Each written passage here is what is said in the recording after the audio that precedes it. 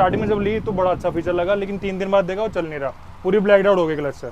फिर गाड़ी खड़ी करी, नेक्स्ट डे गया वो चल गया। फिट एंड फिनिश जो टेक्निकल चीज़ें हैं वो कुछ भी मुझे इतनी खास नहीं लगी। जैसे हुंडई की गाड़ियाँ थी ना, 1000 होने के बाद उनको थोड़ा सा एक लिमिट होती है कि इस लिमिट तक आपका हम फोन करने लग जाएंगे। हाँ। तो मुझे अभी तक कोई कॉल नहीं आया कि आपकी पेंडिंग सर्विस है, वो होती है ना आफ्टर सर्विस। हाँ। तो वो मुझे अभी तक तो थोड़ा सा लगा नेगेटिव कि अभी तक किसी का कॉल नहीं आया कि आपकी सर्विस जो है तो आप करवा लीजिए, या नंबर प्लेट। और मुझे उम्मीद आएगा भी नहीं। देखो भाई आएगा नहीं आएगा, हालांकि नंबर प्लेट का तो आ चुका, नंबर प्लेट लगवा लो। हेलो माय डियर फ्रेंड्स, कैसे आप लोग? उम्मीद करता हूँ बहुत अच्छे होंगे। Welcome to another video. आज हमारे पास में है टाटा की सफारी और इस गाड़ी का हम एक ओनरशिप रिव्यू करने वाले हैं। अगर आप भी गाड़ी लेने का प्लान कर रहे हो टाटा सफारी, तो इस वीडियो में आपका सारा कन्फ्यूजन दूर हो जाएगा। इस गाड़ी के बारे में हम नेगेटिव, पॉजिटिव और क्या क्या परेशानी इन्होंने फेस की है पिछले 2 महीने के अंदर, सब कुछ आपको इसी वीडियो में बताने वाला हूँ। तो वीडियो को पूरा देखिएगा, वीडियो लंबा होने वाला है। और अगर आप सफारी के अलावा भी स्कॉर्पियो एन या 700 और सफारी लेना चाहते हो, तो मैं इस वीडियो में ये भी बताने वाला हूँ कि आपको सफारी क्यों लेनी चाहिए और स्कॉर्पियो एन या 700 क्यों नहीं लेनी चाहिए। सब कुछ आपको इस वीडियो में बता दूंगा। और स्पेशल में कमाल की बात यह है कि ये टाटा सफारी का pure plus S dark addition है। ये बहुत ही वैल्यू फॉर मनी है, सबके बजट में भी आ जाता है और लगभग सारे फीचर भी मिल जाते हैं। तो बिना किसी देरी के कार के ओनर को बुलाते हैं और उनसे जानते हैं इस ब्लैक बीस्ट के बारे में कि इस गाड़ी में उनको क्या क्या मिला, उन्होंने इसी गाड़ी को क्यों चुना है। तो अभिषेक भाई आ जाइए, स्वागत है हमारे चैनल में आपका। थैंक यू सो मच भाई। तो ये है मिस्टर अभिषेक और इनका भी यूट्यूब पे चैनल है पब्लिक गैराज के नाम से, आप इनको भी फॉलो कर सकते हैं अगर आप कुछ गाड़ी के बारे में छोटी छोटी बातें भी जाननी है, क्योंकि इस गाड़ी के बारे में अपडेट ये अपने चैनल पे डालते रहते हैं। तो अभिषेक भाई बहुत बहुत धन्यवाद, आपने समय निकाला और आए। तो इस गाड़ी के बारे में जानेंगे, इस गाड़ी के बारे में नेगेटिव, पॉजिटिव, कितनी आपने चला दी है, कितने के लिए, सब कुछ आपको बताना होगा। तो अभिषेक भाई सबसे पहले आप ये बताओ, ये वेरिएंट कौन सा है? ये है brother pure plus S dark addition. Okay. On road जो मुझे पड़ी है दिल्ली के अंदर 23,80,000, ऑलमोस्ट 24 लाख की आप कह सकते हैं। इस गाड़ी का जो एक्स शोरूम प्राइस है वो 2079 के आसपास है। 20 लाख 20,70,000 रुपए शायद। 70 नहीं 40 है, 2039 है। Okay. 40 है आप कह सकते हैं। 20 On 40 road है ऑन आपको रोड, कितने की पड़ी है? कहीं ना कहीं आप मान के चलो 25 लाख तक की आपको देखने को मिलेगी। डिपेंड करता है कौन से स्टेट में आरटीओ चार्ज वगैरह, इंश्योरेंस टैक्स Okay. वगैरह, वो आप हाईलाइट है मान लो 25 लाख तक की गाड़ी देखने को मिलती है। तो जब आप इस गाड़ी को लेने का प्लान कर रहे थे स्पेशल में डार्क एडिशन, तो ब्लैक कलर ही लेने का मन था आपका? भाई ब्लैक का तो मन नहीं था, आज तक मेरी जो भी गाड़ी रही है मेरी वाइट रही है। Okay. बट ये जो गाड़ी है ये और हैरियर, ये ब्लैक से इतनी इनकी रोड प्रेजेंस आती है, किलर वाली लुक आती है। Okay. और कोई कलर मुझे इतना अच्छा नहीं लगता इतना ब्लैक इस गाड़ी में लगता है। तो इसके लुक ही ऐसे है ना कि भाई एक लुक का तो देखो टाटा हैरियर सफारी का पूछो मत। हाँ ये जो killer लुक है ना look देती ये है। कलर में सूट करती है, बाकी और व्हाइट कलर में तो मुझे इतना अच्छा नहीं लगा जो इसमें Okay. ब्लैक में लगा। एंड ये गाड़ी लेने से पहले आपने कौन कौन सी गाड़ियां देखी थी मार्केट के अंदर? मार्केट में मैंने देखी थी आपकी स्कॉर्पियो एन। ओके। मैंने एक टाइम के लिए स्कॉर्पियो एस क्लासिक भी कंसिडर करी थी, बट मुझे वो थोड़ा ऐसा लगा कि ओल्ड फैशन हो गया, तो थोड़ा नई जनरेशन के अकॉर्डिंग नया जाना चाहिए। हाँ। फिर मैंने XUV भी 700 मैं कंसिडर करी। हाँ। बट एट लास्ट भाई मैं तो बहुत टाइम से अभी फेसलिफ्ट भी नहीं आई थी, लॉन्च नहीं हुई थी, अक्टूबर से पहले सर्च कर रहा था। बट जैसे ये फेसलिफ्ट आई ना, तो मैं XUV 700 स्कॉर्पियो मैं सबको भूल गया। ये ठीक देखने के है, बाद ये देखने के बाद मेरा यही मन था कि भाई यही गाड़ी चाहिए। Okay. और उसके बाद मैंने ये सब नहीं देखा कि क्या फीचर हैं और क्या मतलब क्या होता है ना गाड़ी का, क्या सस्पेंशन है, कुछ नहीं देखा। बस मैंने लुक्स पे जाके मतलब मेन बोले तो लुक्स आपको काफी ज्यादा मुझे पसंद काफी आए। कातिलाना लुक्स लगे इसके, और किसी गाड़ी के ना अभी तक हैं और ना किसी गाड़ी के मुझे लगता है। फ्रंट का इसका एक बार आप दिखा दो, इसके DRL चालू करके। भाई सबसे अच्छी चीज तो ये लगती है कनेक्टेड जो DRLs है ना इसके, और रियर के भी टेल लैंप्स। इस सेगमेंट में और कोई गाड़ी ये चीजें ऑफर नहीं करती है। फ्रंट में कनेक्टेड DRL, टेल लाइट तो बहुत सारे आ रहे हैं। ये सिर्फ ऐसा हुंडई वर्ना में मिलता है, क्रेटा में भी आने लगा अब तो। मैं आपको एक बात और बताऊं भाई, मैं अभी होली पे अपने गांव गया था, वहां पे बस ये लोग इसको देख के पहचान पाए, नहीं तो लोग एक बात नहीं कर रहे थे, कह रहे भाई 1 करोड़ की गाड़ी होगी वो उनका क्योंकि एग्जाम्पशन नहीं लगा, चेंज कर दिया, 2D लोगो दे दिया इसका, 2D लोगो दे दिया। लेकिन टाटा तो देखो डिजाइन तो वही है। हाँ, वो टाटा से समझ गया कि अच्छा भाई टाटा की है, नहीं तो अगर टाटा का लोगो हटा दो ना, ये एग्जाम्पशन लगा रहे थे कि भाई 70-80 लाख की गाड़ी मिनिमम लग रही है। और रोड प्रेजेंस भी काफी दमदार है। बहुत जबरदस्त है। पब्लिक कितनी चला दी रिएक्शन आपने गाड़ी? 2,500 किलोमीटर चलेगी। 2,500 चला दी है। तो मेन मुद्दा होता है लोगों का, देखिए जब फैमिली के लिए गाड़ी लेते हैं माइलेज मैटर करता है। तो ये 2,500 किलोमीटर जैसे आपने चलाया, मैं जानता हूँ आपको सिटी में और हाईवे मिक्सचर रहता है आपका, कितना माइलेज दिया इसने? यार अभी तो माइलेज स्टार्टिंग में कम मिला है आपका, मुझे 9 से 11 के बीच देखने को मिल रहा है। 9 से इतना अच्छा मिला नहीं है। एवरेज राउंड फिगर 10 का लगा ले कि 10 का लगा लो आप लोकल में, ठीक है। अब जो मुझे सुनने में आ रहा है जिन्होंने अपनी गाड़ी चला दी है 10,000 किलोमीटर और जिनकी ट्रिप रहती है हाईवे पे, हाँ। तो ये भी क्लेम करते हैं कि मुझे 18 तो दिया है गाड़ी ने, 18-19 का भी दिया है। ओके। लेकिन लोकल में अभी तक मेरा जो एक्सपीरियंस रहा है, मुझे 10 का आप मान के चलो, 10 का एवरेज मुझे सिटी में दे रही है। एंड चलो माइलेज का तो हो गया क्लियर, गाड़ी इतनी बड़ी है, हाँ। ठीक है, big size SUV, big daddy तो स्कॉर्पियो एन है, लेकिन ये कम नहीं है। तो इसके जो हेडलाइट है टाटा ने बहुत छोटे दे दिए हैं, यही नेक्सॉन में आते हैं, यही आता है, सिंगल प्रोजेक्टर हेडलैम्प है ये, हाई बीम लो बीम सब इसी में। इसका फोकस कैसा है रोड के ऊपर नाइट में जब ड्राइव करते हैं? अभी तक तो भाई मैं बहुत डार्क जहाँ पे गया हूँ, ऐसा था कि वहाँ पे ना कोई लैंप था ना कुछ भाई स्ट्रीट लाइट थी, कुछ भी नहीं वगैरह नहीं था, होंगे, डार्क था बिल्कुल। तो मेरा जो विजिबिलिटी है नाइट की, मुझे तो पर्सनली बहुत अच्छी लगी। ओके, ठीक है, हाई बीम पे भी लो बीम पे भी, और जो इसका हेडलैम्प लेवलर है हाँ। उसके 5 पॉइंट तक हैं, वो भी बहुत अच्छे हैं। ठीक है, जैसे पहले वाली सफारी जो थी, इससे पहले वाली, उसमें इतने बड़े बड़े हेडलैम्प थे, हाँ जी, लेकिन इसमें क्या है, बड़े छोटे से हैं, बड़े छोटे से हैं। फॉग लैम्प भी नहीं आता ये वाले वेरिएंट के अंदर। इसमें फॉग लैम्प नहीं आता, लेकिन फॉग लैम्प की भी नीड नहीं है, क्योंकि भाई फोकस ही मेरे अकॉर्डिंग, मेरे ओपिनियन में जो मैंने नोट करा है, मुझे तो बहुत अच्छा लगा, बहुत अच्छा लगा, बहुत अच्छा लगा। ऐसा कुछ नहीं है कि भाई ये स्लीक सा दे रखा है थोड़ा हेडलैम्प तो विजिबिलिटी कम होगी, विजिबिलिटी नाइट में बहुत अच्छी है, बहुत अच्छी है। एंड आप ऑफ कैमरा मुझे एक चीज़ बता रहे थे कि टाटा सफारी जो है, ये गाड़ी हैवी है, ऑल 4 डिस्क ब्रेक मिलते हैं इसमें, लेकिन ब्रेकिंग का क्या इशू आया था आपको, ये बताओ एक बार खुल करके, हमारे जो भी व्यूअर्स हैं। भाई बिल्कुल बताता हूँ। पहले तो स्टार्टिंग में लोग कहते थे मुझसे कि यार सफारी की ब्रेकिंग में कॉन्फिडेंस नहीं आता। मैं कहा ऐसे कैसे नहीं आता भाई, अभी तक तो चारों डिस्क ब्रेक हैं, बहुत अच्छा सस्पेंशन ट्रेवल लगा हुआ है। हाँ।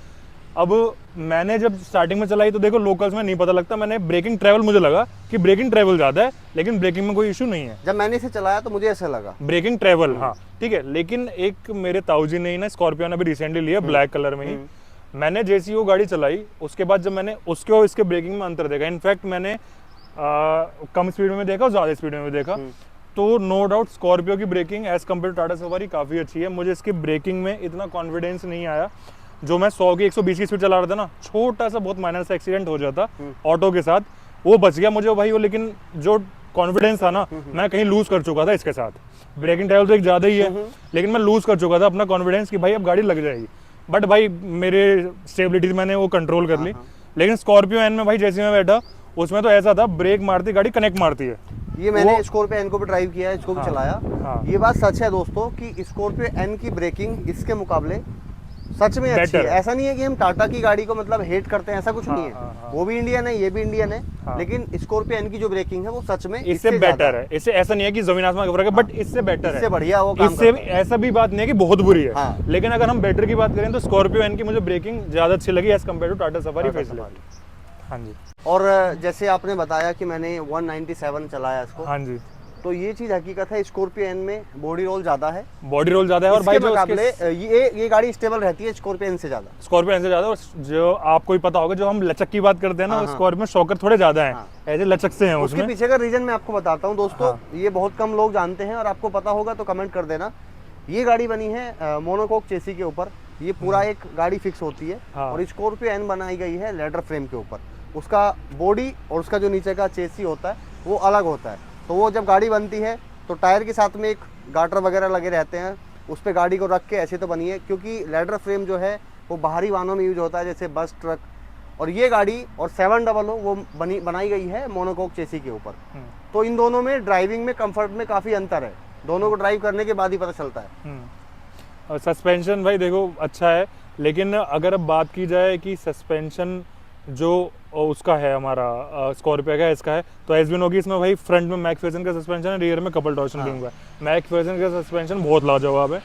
स्कॉर्पियो एन का भी सस्पेंशन अच्छा है, बट स्कॉर्पियो एन में शायद पेंटालिंक आता है। हाँ, तो लेकिन इसमें ना स्टिफर, एक आपकी वाली बात जो हम डिस्कस कर रहे थे, स्टिफर सस्पेंशन भी होना जरूरी है, क्योंकि जब गाड़ी में ज्यादा लचक हो जाती है ना भाई, वो कहीं ना वो भी थोड़ा डिस्कम्फर्ट करती है गाड़ी। इसके पीछे की ना एक मतलब फंक्शनैलिटी बहुत बढ़िया है। हाँ। बहुत से लोग क्या बोलते हैं कि गाड़ी की जो सस्पेंशन है वो स्टिफ है, तो गाड़ी में गड्ढे ज्यादा महसूस होते हैं, लेकिन इसके फायदे भी हैं। जब आप हाई स्पीड पे कॉर्नरिंग करते हो, गोल चक्कर की तरफ गाड़ी घुमाते हो, या एकदम ऐसा कोई लेफ्ट टर्न लेना है और आपको गाड़ी मोड़नी पड़े, तो जिस गाड़ी के सस्पेंशन स्मूथ होते हैं, बहुत लचीले होते हैं, चांसेस बहुत हाई रहते हैं कि गाड़ी आपकी पलट जाएगी। लेकिन जिसके सस्पेंशन स्टिफ है वो गाड़ी हमेशा स्टेबल रहती है। और फोक्सवैगन एंड स्कोडा की जो गाड़ियां हैं वो उनके तो- सस्पेंशन हमेशा आपको स्टीफ ही मिलेंगे भाई तो वो ऐसा तो नहीं है कि सस्पेंशन बुरे अच्छे होते हैं, हाँ हाँ हाँ वो दोनों की फंक्शनलिटी अलग है। एक में कंफर्ट मिल जाता है, स्टेबिलिटी नहीं आती, एक में स्टेबिलिटी आ जाती है तो कंफर्ट नहीं मिलता। अपनी अपनी रिक्वायरमेंट रहती है वो। बिल्कुल। लेकिन भाई जो आपने फॉक्सवैगन की बात करी है तो मैं तो ये बोलूँगा फॉक्सवैगन स्कोडा तो बहुत ज़मीन आसमान का फर्क है। अभी वहाँ तक इन गाड़ियों को पहुँचने में टाइम लगेगा। वो तो Volkswagen मल्टी इंटरनेशनल ब्रांड, सीधी भाषा में फॉक्सवैगन तो गॉड ऑफ कार्स है। सीधी बात बोले तो Volkswagen एक नशा है, नशा और जिसे है। वो लत लग गई ना वो इजीली हाँ। छूट नहीं सकती। वो नहीं छूटेगा भाई, बंदा उस पर डाइवर्ट ही नहीं हो सकता दूसरी गाड़ी पे। मैंने चलाई है, वर्टेस भी चलाई है, टाइगून GT 1.5, भाई साहब अल्टीमेट मर्क्यूरी गाड़ियाँ होती। अब मेन खैर, आता उनको छोड़ है दें। इस गाड़ी का स्पेस, हम्म। जो थर्ड रो स्पेस है हम्म। उसमें कभी बैठ के ट्राई किया फैमिली में कि मतलब कितना स्पेस है, लोग अच्छे से बैठ पाते हैं नहीं बच्चे? हाँ बिल्कुल भाई, ट्राई करा है। देखो इस गाड़ी में मुझे दो चीज़ों की कमी लगती है, बाकी सब परफेक्ट लगता है। एक तो हाइट, और विड्थ और लेंथ काफ़ी अच्छी है, स्कॉर्पियो से कुछ ज़्यादा ही है। और जो हाइट है स्कॉर्पियो से कम है, 1.5 इंच या 2 इंच। तो हाइट को भी मैंने चलो इग्नोर कर दिया, बट जो थर्ड स्पेस है ना, जो थर्ड रो में स्पेस है, हाँ वो 6 फीट वालों के लिए बिल्कुल नहीं है, मेरी जैसी हाइटों के लिए बिल्कुल नहीं। नहीं, आप उसमें नहीं आ पाएगा। मैंने ठीक है। लास्ट टाइम, अगर आपको इसका डिटेल रिव्यू देखना है हाँ। तो चैनल पे ऑलरेडी अपलोडेड है, आप वहां पे जाके भी देख सकते हो। अगर सारे 3-4 लोग 6 फीट के आगे और पीछे ही बैठना है तो भाई बिल्कुल नहीं बैठ पाओगे। ठीक है, उसमें आपके तो भाई नी क्या कुछ नहीं देखने को मिलता, कंफर्ट बिल्कुल नहीं है पीछे। या तो छोटे बच्चों को लेकिन बैठाओ। अभिषेक भाई ये बात भी तो बताओ ना कि ये गाड़ी में जो बाकी इसकी कॉम्पिटिटर है 700 और स्कॉर्पियो, हाँ। उन दोनों से थर्ड रो में ज्यादा स्पेस है, महिंद्रा में ज़्यादा स्पेस है इसमें ज्यादा स्पेस है उन दोनों से। उन दो। भाई देखो जब मैं इसकी बात कर रहा हूँ, ऑब्वियसली जब ये लेंथ में बड़ी है तो उससे तो ज्यादा थोड़ा बहुत स्पेस इसमें ज्यादा एक्सपेक्ट करेंगे। बिल्कुल, बिल्कुल। बट अगर मैं इसमें बता रहा हूँ 6 फीट का नहीं मिलेगा तो उसमें तो हम भूल ही जाओ। हाँ। उनमें नहीं मिलेगा, सीरियसली नहीं मिलेगा। इसमें थर्ड रो में ऐसा है, बीच की जो सिटिंग है वो एडजस्ट वाली है, आगे पीछे आप फॉरवर्ड और बैकवर्ड कर सकते हैं। अगर आपने आगे फॉरवर्ड कर ली और बंदा थोड़ा सा अपने डैशबोर्ड की तरफ पैर रख के बैठे तो वी कैन एक्सपेक्ट कि हमें सबसे रियर में थर्ड रो में थोड़ा सा स्पेस 6 फीट वाले को मिल सकता है। ड्राइविंग के बारे में क्या कहना चाहोगे? क्योंकि अगर कोई बंदा ड्राइविंग एंथुजियास्ट है, वो गाड़ी लेना चाहता है ये वाली, तो चलाने में कैसी है क्योंकि इसका जो पहले हाइड्रोलिक स्टीयरिंग आता था, मतलब एक भाषा में बोले सादा स्टीयरिंग आता था, बिल्कुल बिल्कुल नॉर्मल अब आता है इसमें इलेक्ट्रॉनिक पावर स्टीयरिंग आता। तो उसका कैसा फीडबैक है? इलेक्ट्रिक पावर स्टीयरिंग का बहुत बढ़िया है। ठीक है, और जो स्कॉर्पियो एन है उसमें इतनी स्मूथ फील नहीं होती, जो ये बिल्कुल एक उंगली से घूम जाती है। ठीक है, तो इलेक्ट्रिक पावर स्टीयरिंग देखिए तो एक बहुत अच्छा काम कर दिया है बड़ी गाड़ी के अंदर। दूसरा, आप जो पूछ रहे थे गाड़ी का क्या फील है, राइड क्वालिटी कैसी है, बहुत ज़बरदस्त है। एंड इस गाड़ी में ऐसा पॉजिटिव आपको क्या लगा कि आप इसी की तरफ चले गए? सबसे पॉजिटिव जो था, सबसे पॉजिटिव देखो, बिल्कुल अब हम कुछ कंसीडर करें ना करें, लेकिन भाई मैं ना कुछ बताऊंगा कंफर्ट कैसा क्या है, मैं बेसिकली इसकी लुक पे गया हूँ भाई। मेन है लुक पे। ये, और देखो ये एक चीज़- अकेले अभिषेक भाई की परेशानी नहीं है, जितने भी टाटा सफारी और हैरियर ओनर हैं सभी का यही सीन है। भाई अगर गाड़ी कोई भी तुम रात में चलती हुई दिखा दो, मुझे स्कॉर्पियन खड़ी कर दो, एक्सयूवी खड़ी कर दो, साइड से पीछे से निकाल के दिखा दो। और इससे भी अच्छी जो रियर की, फ्रंट से तो हैरियर दोनों सेम है, रियर की थोड़ी सी मुझे हैरियर की वो ज्यादा अच्छी लगती है इससे। हाँ, हैरियर की थोड़ा जेड शेप में है ना, वो उन्होंने- बहुत बहुत सुंदर लगती है वो रात में। ज्यादा शानदार लगती है। ये गाड़ी थोड़ी रियर से ऊंची है, हैरियर एकदम थोड़ा कर्व से डिजाइन दिया हुआ है इसमें। जो भी है भाई, मुझे रियर की, हैरियर की बहुत ज्यादा अच्छी लगती है रोड प्रेजेंस।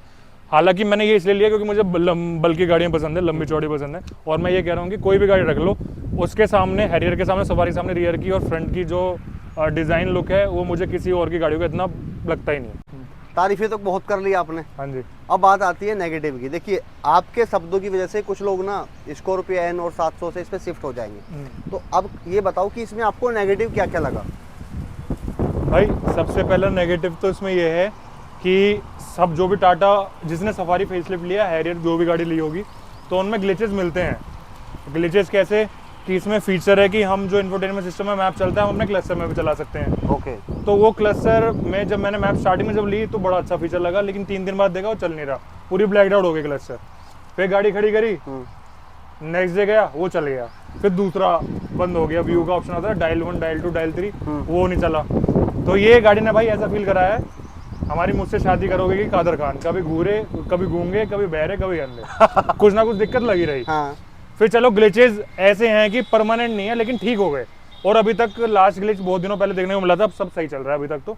तो एक तो ग्लिचेस की दिक्कत है, दूसरा सबसे गंदा लगता भाई इतने पैसे खर्च करने के बाद हॉर्न ऐसा है कि दिखाने लायक नहीं है। मैं आपको दिखा देता हूँ, ये हॉर्न है भाई इसका गाड़ी का, तो वो दिखाने लायक नहीं है, वो चेंज कराना पड़ेगा। तीसरी चीज़ ये है हैंगिंग प्रॉब्लम। ओके। आप जब भी गाड़ी ऑन करोगे ना पुश बटन से, तो वो जो वेलकम होता है आपका, वो कहीं ना कहीं ऐसा होता है जैसे सैमसंग के फोन हैंग नहीं हो जाते एक टाइम के बाद, तो वो हैंगिंग प्रॉब्लम मुझे इस गाड़ी में मतलब लगी। एक चाइनीज प्रोडक्ट वाली चाइनीज प्रोडक्ट वाली फील लगी कि वो जो होता है ना कि भाई एक प्रोडक्ट होता है बहुत अच्छे, जैसे होते हैं ना कोरियन के प्रोडक्ट्स, जर्मन के प्रोडक्ट्स, बढ़िया एक क्लासिक फिट एंड फिनिश हम कह सकते हैं। फिट एंड फिनिश जो टेक्निकल चीज़ें हैं वो कुछ भी मुझे इतनी खास नहीं लगी।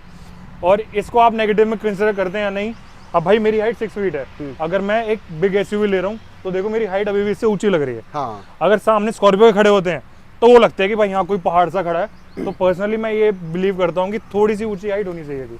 2-3 जैसे सफारी डाइकोर की है, स्ट्रॉम की थी, तो ऐसी इस गाड़ी की हाइट होनी चाहिए थी। नहीं, अगर मतलब ये एक बात हम करें ना तो ये हैरियर और सफारी एक ही है, बस इन्होंने इसमें क्या किया कि सीट करके पीछे से गाड़ी को ऊंचा कर दिया है। पहले हैरियर को लॉन्च ही तो किया था इन्होंने। सब डायमेंशन सेम है, लेंथ बढ़ा दी बस, ठीक है। और हैरियर में भी आप देखेंगे उसमें एक सीटिंग का ऑप्शन मिलता है, आप उसको सबसे पीछे देखेंगे ना, उसमें एक फीचर है कि आप उसमें अपनी सीट लगवा सकते हैं हैरियर में, उसको भी 7 सीटर बना सकते हैं। अच्छा। हाँ, हैरियर के अंदर ये फीचर है। अब लेकिन उसमें भाई जब इसी में स्पेस नहीं मिला, इसकी लेंथ ज़्यादा है, तो उसमें कहाँ मिल जाएगा, तो उसका तो पूरा ही बूट खत्म हो जाएगा। तो आपका कहने का मतलब ये है कि टाटा का जो सॉफ्टवेयर है, हाँ जी। टाटा ने डिजाइन पे काम किया, ठीक है, लेकिन टाटा का जो सॉफ्टवेयर है वो कहीं ना कहीं कमजोर है, पूरी तरह काम कमजोर नहीं है करता। अभी। हालांकि देखो यार, मैं इसलिए इनको इग्नोर कर रहा हूँ क्योंकि टाटा ने जो अपने आप को चेंज करा है ना, बहुत कम टाइम में बहुत ज़्यादा ड्रास्टिक चेंज कर दिया, तो हम ये छोटे मोटे एक्सपेक्ट कर सकते हैं। अब मैं ये टाटा का फ़ैन नहीं हूँ भाई, मेरे पास टाटा की, हुंडई की, निसान की, डेटसन की, वॉक्सवैगन की सब गाड़ियाँ चलाई हैं, ठीक है। तो किसी का कोई फ़ैन नहीं हूँ, जो गाड़ी में एक्चुअली मुझे फील होता है मैं वो बता रहा हूँ आपको। टाटा ने अपने आप को बहुत चेंज करा है, तो ये छोटे मोटे हम इग्नोर कर सकते हैं अगर हम गाड़ी को लेने का प्लान कर रहे हैं। और जैसे एक सबसे बड़ा मेजर देखिए, जो फैमिली कार कोई लेता है तो उसमें फैमिली की सेफ्टी बहुत ज़रूरी है। तो जैसे टाटा के आजकल बहुत ट्रेंडिंग में है कि टाटा सेफ गाड़ियाँ बनाता है, तो ब्रेकिंग का जैसे आपने इशू बताया, आपने इसके अलावा दूसरी कोई सफारी चला के देखी या आप इसी सफारी में ये चीज़ें फेस कर रहे हो कि ब्रेकिंग? भाई डाइकोर थी, डाइकोर की ब्रेकिंग मुझे ज़्यादा अच्छी लगी इसके मुकाबले। अब देखो, जब उस टाइम पे थोड़ी उम्र भी कम थी, इतनी नॉलेज नहीं थी, तो जो मुझे अभी तक फील हो रहा है उसकी मुझे ब्रेकिंग, या तो ब्रेकिंग ट्रैवल उसमें कम था, इसमें ब्रेकिंग ट्रैवल ज़्यादा दे दी है, ब्रेकिंग दोनों की सेम हो सकती है। हालांकि बस ब्रेकिंग ट्रैवल इसमें ज़्यादा है, लेकिन जो मैं आप मुझसे पूछ रहे हैं कि ब्रेकिंग और गाड़ियों में, सफारी की मैं बात करूँ तो अब इतना ध्यान नहीं है, बट मुझे ऐसा लगता है कि उसमें ब्रेकिंग ट्रैवल कम था, ब्रेकिंग दोनों की सेम थी। एंड जो टाटा के शोरूम का जो स्टाफ है, हाँ जी, उसका बिहेवियर आपको कैसा लगा? भाई कुछ कुछ जगहों पे लड़ाइयाँ हुई हैं, मैंने देखे हैं, बट मेरे साथ डीपीएस से लिया है मैंने, ये प्रीति विहार में पड़ता है हमारा दिल्ली के अंदर, बहुत अच्छा स्टाफ है, बहुत अच्छा स्टाफ है, और इतना कोऑर्डिनेट, इनका एम्बियंस बढ़िया था उसका। तो मेरे साथ तो पर्सनली मुझे ऐसा फील नहीं हुआ कि मैं फर्स्ट टाइम आया हूँ, मुझे तो कोई दिक्कत नहीं आई। जैसा कि मेरे टाटा में कुछ दोस्त भी हैं, मैं जाता रहता हूँ, मिलता रहता हूँ, तो वो खुद बोलते हैं इस चीज़ को कि हमारा जो सर्विस का स्टाफ है, जो इनके सर्विस सेंटर है, वहाँ पे बहुत ज़्यादा अच्छा नहीं है। ऐसा क्यों? आपने फेस किया? अभी सर्विस पे लेके गए हो क्या गाड़ी को 1-2 बार? अभी तो नहीं आई है भाई सर्विस, अब जाऊँगा, 1,000 से ऊपर चल गई, 2,000 चल गई है, ओके। तो अब जाऊँगा, देखता हूँ क्या होता है। लेकिन हालांकि भाई मैं आपको एक बात बताऊँ, जैसे हुंडई की गाड़ियाँ थी ना, 1,000 होने के बाद उनको थोड़ा सा एक लिमिट होती है कि इस लिमिट तक आपका हम फोन करने लग जाएंगे। हाँ। तो मुझे अभी तक कोई कॉल नहीं आया कि आपकी पेंडिंग सर्विस है, वो होती है ना आफ्टर सर्विस। हाँ। तो वो मुझे अभी तक तो थोड़ा सा ये लगा नेगेटिव कि अभी तक किसी का कॉल नहीं आया कि आपकी सर्विस जो है तो आप करवा लीजिए, या नंबर प्लेट, और मुझे उम्मीद आएगा भी नहीं। देखो भाई आएगा नहीं आएगा, हालांकि नंबर प्लेट का तो आ चुका, नंबर प्लेट लगवा लो। मैं किसी काम से बिजी था तो नहीं लगवा पाया, बट सर्विस का कुछ नहीं आया। नंबर प्लेट का तो आ गया, बट सर्विस का तो भाई अभी तक कॉल नहीं आया, तो थोड़ा सा नेगेटिव लगा, क्योंकि भाई बंदे के पास खुद के पास टाइम नहीं होता। आजकल क्या कंपनी कर रही है, जहाँ पे आप लोग हैं, हम आपकी गाड़ी खुद लेके जा रहे हैं, सर्विस करा के खुद दे जाएंगे, आप ऑनलाइन पेमेंट कर देना। हाँ। तो ये तो बहुत अच्छा आजकल टेक्नोलॉजी आ गई है कि लोग अपने स्टाफ आता है, लेके चला जाता है, और हमारी घर के घर गाड़ी आ जाती है। पिक एंड ड्रॉप का तो हर सर्विस सेंटर का है, हर सर्विस सेंटर का है, तो वही हो जाता है भाई। अभी तक तो मेरी क्योंकि गाड़ी 2,000 से ऊपर चल गई, तो लेट्स सी भाई अब कब आता है। बाकी आप अगर मुझसे पूछते हैं महिंद्रा स्कॉर्पियो या टाटा सफारी, तो देखो मैम स्कॉर्पियो के अंदर इससे निकलने के बाद स्कॉर्पियो में अगर तुम बैठोगे, स्पेस चौड़ाई में तो आपको बच्ची लगेगी, आपको लगेगा कि भाई एकदम मैं कोई बच्ची सी में आ गया, इतनी बच्ची लगेगी, बट ये फील हो जाएगा कि हाँ भाई सफारी से तो चौड़ाई में बहुत कम है। ओके। हाइट में ऐसी लगेगी बहुत ऊंची, जैसे ऊंट पे बैठ गए हो, ठीक है। ये ऐसी लगेगी मिड, कि ठीक है भाई एक ऊंची गाड़ी भी नहीं है ना ज़्यादा नीची है, मिड सेगमेंट से आपको लगेगा। जब आप उसके अंदर Z8 भी लेते हो, 28 लाख का, और ये प्योर प्लस एस 25 का भी लेते हो, अंदर बैठ के जो आपको एक लग्जरी फील दे देगी वो बहुत ही बेसिक सा देगी। मतलब कहने का आपका मतलब ये है कि अगर किसी को लग्जरी फील, प्रीमियम और अच्छे लुक्स चाहिए तो वो सफारी ले सकता है। और सस्पेंशन से देखो अच्छा पिकअप भी है, मोड्स भी अच्छे खासे मिल जाते हैं, मैनुअल के अंदर भी सस्पेंशन भी बहुत अच्छा है। एक ब्रेकिंग जो मेरा था पॉइंट, वो भी इतना ड्रास्टिक चेंज नहीं है स्कॉर्पियो, आप बेटर की बात करें तो स्कॉर्पियो में बेटर है, बट अगर मेरे अकॉर्डिंग आप पूछेंगे कि महिंद्रा स्कॉर्पियो या टाटा सफारी, तो डेफिनेटली भाई प्राइस भी अच्छा है, अफोर्डेबल है, उससे कम प्राइस में स्कॉर्पियो से अच्छा आपको डैशबोर्ड, इंटीरियर, अच्छे फीचर्स और बहुत सारी चीज़ें अच्छी ऑफर होती हैं। स्कॉर्पियो है ना अंदर से ज़्यादा बेसिक है। बेसिक है। अब काफ़ी लोग ये कहेंगे कि भाई मेंटेनेंस कॉस्ट, ठीक है, देखो मैं आपको बताता हूँ, मेंटेनेंस कॉस्ट इसी की नहीं है, ठीक है, मेंटेनेंस कॉस्ट मेरी एल्काजार थी, उसकी भी 15-20 हज़ार की सर्विस होती थी, इसी की भी नो डाउट उतने की होगी। हाँ। जो पार्ट्स हैं, जो टेक्निकल प्रॉब्लम है, वो अपनी कंपनी को टाइम टू टाइम दिखाओ। टाटा की गाड़ियाँ इससे पहले मैंने 2-2 लाख किलोमीटर चला रखी हैं, ये बंदों ने हाइप बना रखा है कि टाटा भाई ये वो मेरे ओपिनियन से, अब मुझे नहीं पता बंदे क्या बोलेंगे कमेंट सेक्शन में, बट भाई मेरे अकॉर्डिंग तो टाटा गाड़ी लो, टाइम टू टाइम चीज़ें अपडेट कराओगे ना तो कोई दिक्कत नहीं आएगी। और मेरे अकॉर्डिंग ये प्राइस, इस प्राइस रेंज में 25 लाख में ये गाड़ी मैं बोलता हूँ कि सब अपना डिसीजन मेकिंग इस गाड़ी को लेकर बनाओ। एक बड़ा सवाल और है, हाँ इस गाड़ी में आपको 2 लीटर का डीजल इंजन मिलता है, हाँ 168 PS, हाँ 168 bhp और साथ में 350 Nm का टॉर्क। हाँ जी। कैसा रेस्पॉन्स है उसका? कैसा रिस्पॉन्स है भाई, मैं उसकी वीडियो नहीं, क्योंकि इसमें ये हम कंपेयर कर रहे हैं मेन स्कॉर्पियो एन से, उसका ही मैं बता रहा हूँ आपको, आपने पूछा भी नहीं क्वेश्चन, मैं जब भी बताता। अभी मैं स्कॉर्पियो चलाई थी होली पे ही, ये भी चलाई थी। स्कॉर्पियो का है 173 bhp और 370 के आसपास, थोड़ा बहुत फर्क है, तो मैंने दोनों चलाई, उसमें जिप जैप जूब मोड आते हैं। हाँ। इसमें 5 आते हैं, इको, वेट, रफ और सिटी मोड और स्पोर्ट मोड, उसमें 3 आते हैं, इसमें 5 आते हैं। ये स्पोर्ट मोड में लगाती पागल पगला जाती है गाड़ी, इसको तो भगा होगा, ये सच बात है, स्पोर्ट मोड में लगाने के बाद पागल हो जाती है, पागल हो जाती है गाड़ी। और उसमें शायद कुछ जूम या जैप करके है, जो वो थोड़ा सा उसमें पंच ज़्यादा अच्छा लेती है। हाँ, कोई उसमें तीनों में से कोई ऐसा मोड है जो जिसमें पंच अच्छा लेती है, जैसे स्पोर्ट्स में लेती है। हाँ। वो कोई मुझे नहीं पता कौन सा है उसमें, तो मैंने ड्रैग रेस करी थी इनिशियली में, तो ये आगे निकली। ओके। जब 100 के बाद उसने डिफीट करा ना इसे, तो वो थोड़ी आगे निकल रही थी, फिर एक टाइम के बाद बहुत ही 19-20 का फर्क था कि बस वो आगे चल रही थी, पीछे भी चल रही थी। तो अगर आप कंसिडर करेंगे कि भाई इंजन उसका पावरफुल है, ऐसा कुछ नहीं है भाई, ड्रैग रेस करा है, ठीक है, बिल्कुल 19-20 का फर्क है, थोड़ा सा पीछे ही रह जाती है, वो भी 100 की स्पीड के बाद। और 120 के बाद चलाता ही कौन है? चलाता ही कौन है, तो इनिशियली यही आगे निकली, ठीक है। तो दोनों के इंजन स्पेसिफिकेशन ऑलमोस्ट सेम है, तो ऐसा कुछ नहीं है कि स्कॉर्पियो का ज़्यादा पावरफुल है, दोनों के ही सेम से हैं भाई, अब ज़्यादा ह्यूज डिफरेंस नहीं है। कस्टमर की डिपेंड अगर देखा जाए, मतलब कस्टमर की रिक्वायरमेंट के हिसाब से देखा जाए, तो किन लोगों को सफारी लेनी चाहिए, किन लोगों को स्कॉर्पियो या 700?